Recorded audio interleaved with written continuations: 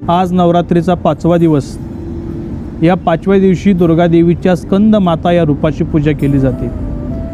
या देवीच्या संदर्भामध्ये पुराणामध्ये कथा अशा प्रकारची आलेली आहे। तर्कासूर नावाचा राक्षस, या राक्षसानं तपश्चर्या करायला सुरुवात केली आणि आपल्या तपश्चर्येच्या जोरावरती ब्रह्मदेवाला प्रसन्न करून घेतलं।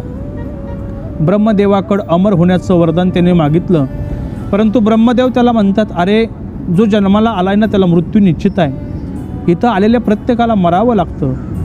हे ब्रह्मदेवाचं वाक्य ऐकून तर्कासूर नाराज झाला, परंतु तर्कासूर म्हणतो, ठीक आहे, मला भगवान शिवशंकरांच्या मुलाच्या हातून मरण द्या, कारण त्याला असं वाटलं भगवान शिवशंकर तर कधी लग्न करूच शकत नाही, आणि मग भगवान शिवशंकर ज्या अर्थी लग्न करू शकत नाहीत ना, त्या अर्थी त्यांना मुलं होण्याचा प्रश्न येत नाही। ब्रह्मदेवानं ते असणारं वरदान तर्कासुराला देऊन टाकलं आणि आता मात्र तर्कासूर उन्मत्त झाला। देवब्राह्मणांना त्याने त्रास द्यायला सुरुवात केली।